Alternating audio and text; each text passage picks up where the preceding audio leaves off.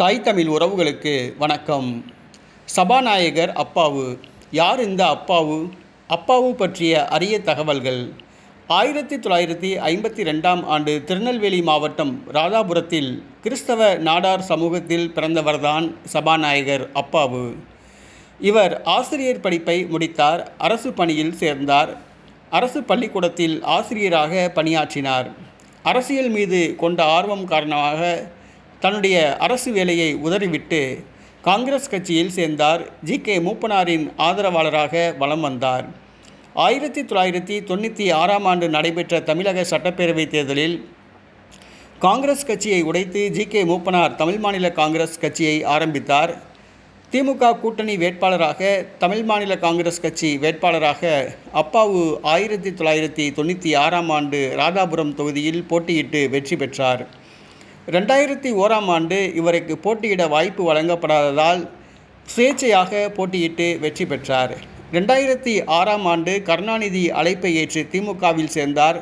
திமுக வேட்பாளராக போட்டியிட்டு 3வது முறையாக ராதாபுரத்தில் வெற்றி பெற்றார். 2011ஆம் ஆண்டு ராதாபுரம் தொகுதி திமுக கூட்டணி கட்சிக்கு வழங்கப்பட்டது. ஆகையால் அப்பாவு போட்டியிடவில்லை. 2016ஆம் ஆண்டு நடைபெற்ற தமிழக சட்டப்பேரவைத் தேர்தலில் திமுக சார்பில் போட்டியிட்டு 49 வாக்குகள் வித்தியாசத்தில் தோற்றுப்போனார். நீதிமன்றத்தில் வழக்கு தொடர்ந்தார். அப்பாவு அவர்களுக்கு விழுந்த தபால் வாக்குகள் 200 வாக்குகள் செல்லாததாக அறிவிக்கப்பட்டது. இதை எதிர்த்து வழக்கு தொடர்ந்தார். ஆனால் அந்த வழக்கு இன்றும் நிலுவையில் உள்ளது. 2021ஆம் ஆண்டு நடைபெற்ற தமிழக சட்டப்பேரவைத் தேர்தலில் மீண்டும் அவர் திமுக சார்பில் போட்டியிட்டு வெற்றி பெற்று சபாநாயகராக தேர்வு செய்யப்பட்டார். இவருடைய மகன் திமுக மாவட்ட மாணவரணி அமைப்பாளராக உள்ளார். திருநெல்வேலி தொகுதியில் போட்டியிட இவருடைய மகனுக்கு வாய்ப்பு கேட்டார். கூட்டணி கட்சியான காங்கிரஸ் கட்சிக்கு திமுக ஒதுக்கியது.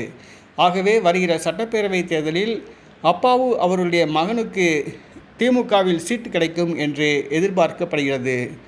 சபாநாயகர் அப்பாவு ஆசிரியர் பணியிலிருந்து அரசியலுக்கு வந்து சபாநாயகராக உயர்ந்தவர்.